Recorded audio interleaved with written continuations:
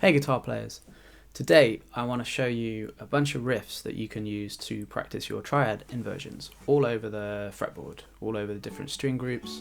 We've been talking about this quite a bit in recent lessons, but sometimes when you're practicing this, just kind of finding all of the shapes and everything, you can kind of start to feel a bit like, okay, great, cool, but why? Why am I doing this? What's the purpose of this?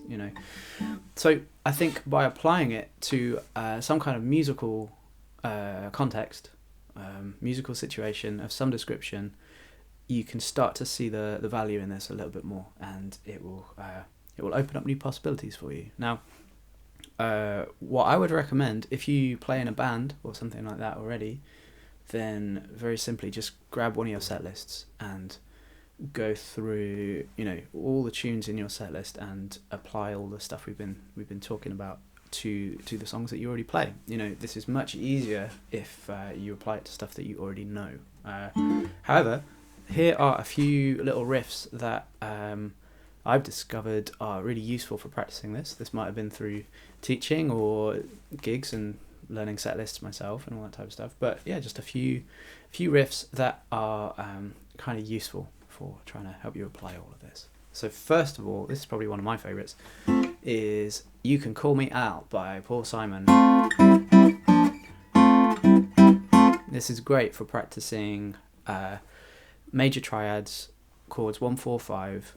It's in the key of F originally, and you can play it here with first inversion F on the 7th, 5th and 6th fret on the D, G, B strings. So F and then C here, which is chord 5, down to chord 4, B flat, there. Okay, and you go like this. Okay, now the point of this lesson though is not to just learn these riffs. I want to show you how you can then use them to open up the fretboard for you. So what we've done before is we've gone through, we did it in the key of D to begin with. We went through and learned all of these triad inversions all over the place. So if we apply that same thing, so if I move this F up here to the 10th fret, then nearby I've got a C here, and I've got a B flat here. So then I would play it like this, okay? And there's going to be 3 places on every trio of strings that you can play this riff, but also all of these other ones. So if I move up one more time to F over here, and then I can find a C there, and then go back here, okay? Okay, and you hear different voice leading between all of the notes with these different places, right? So what I remember doing on gigs was just like, simple chord progressions like this.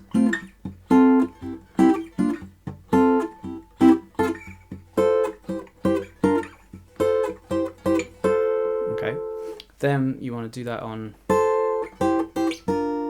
all of your string groups as well. So this really helps us basically to think like a piano player, essentially, is kind of the end goal with all of this. There you go. And then go through. you can get really comprehensive with all of this.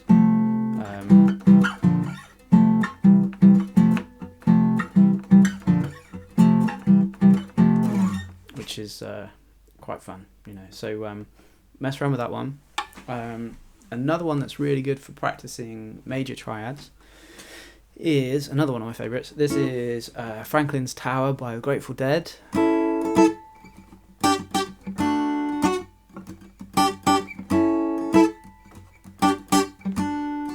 Okay, so this uses A, G, and D, like that. So, whoops.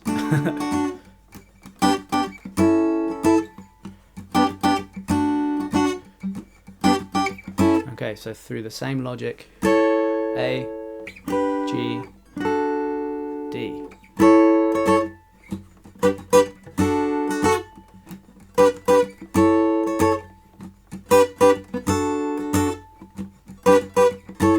then same up here, A, G, D.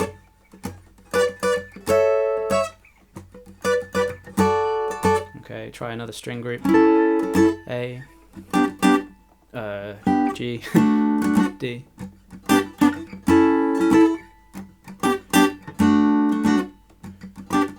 A, G, D.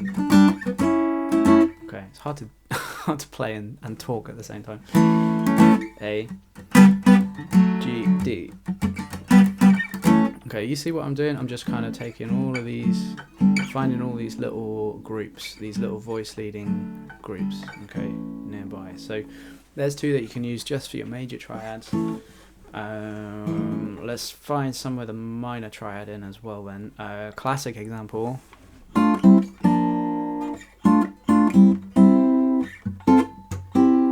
Okay, it's got majors and minors in here. Sultans of swing, obviously. You probably already know how to play this. D minor, C, B flat, D minor, C, and then F, C. Okay. Okay, so taking this through the same logic, D minor, C, B flat, D minor, and then F, C. Okay, melodically, it's completely different, right? Because the voice leading is different.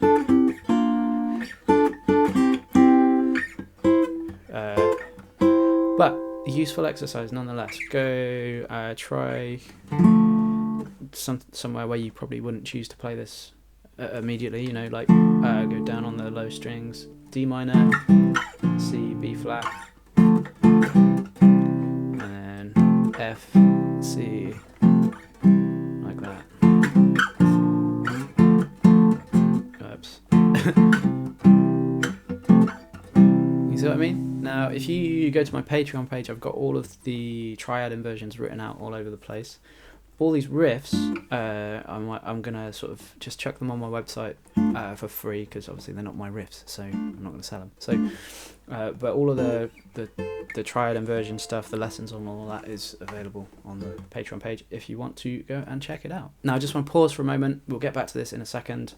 But today, I just want to share very, very quickly that my band, Smith and Brewer, has released an album.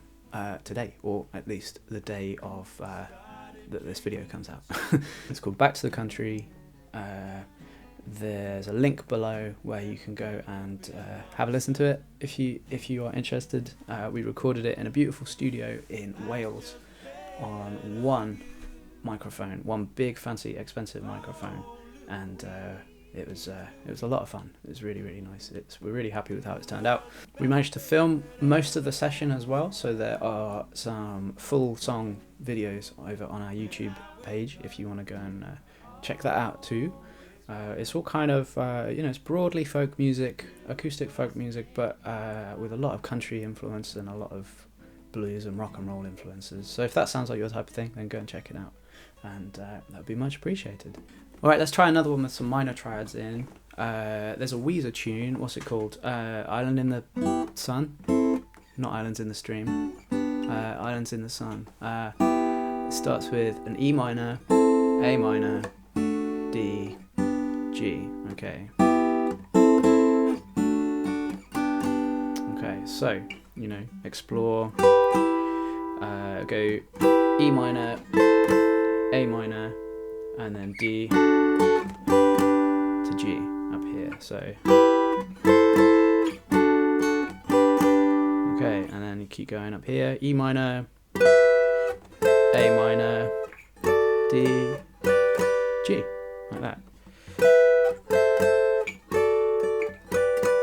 Okay, same process, take it through all the string groups, and then E minor, A minor, D, G, sorry.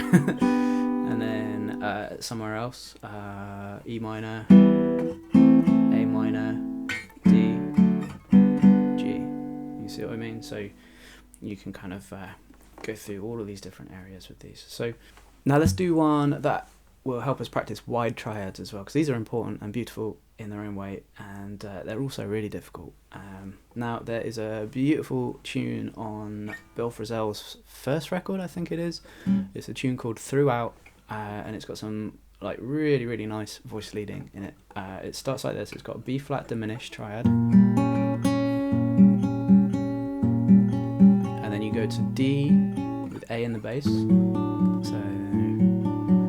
that's second inversion. Then there's an A flat diminished, and then G flat minor. That's those three notes. Okay, and then you go B diminished. It's this inversion though, so you've got the B, F, D. And then finally A with C sharp in the bass, so first inversion. Okay, now this is a little bit harder when you start trying to do stuff with these, because they're they're a little bit further apart, a little bit more difficult to see.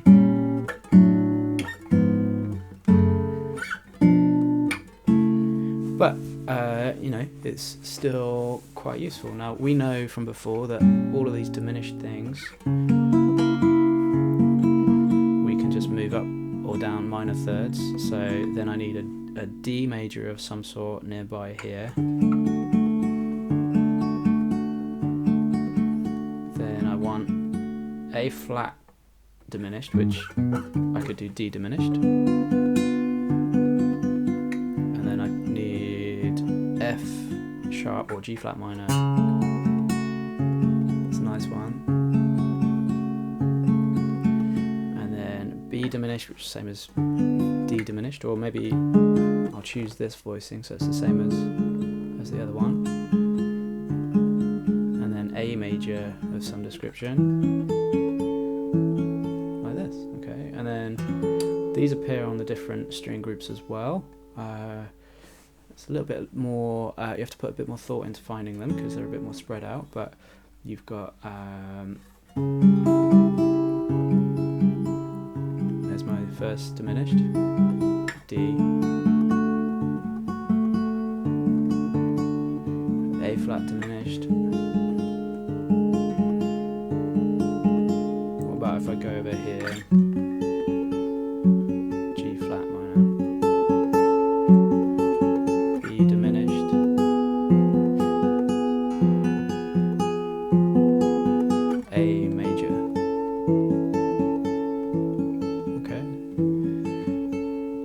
That stuff's a little bit more difficult to see, but it's nice, and you'll find some nice different shapes that you can explore.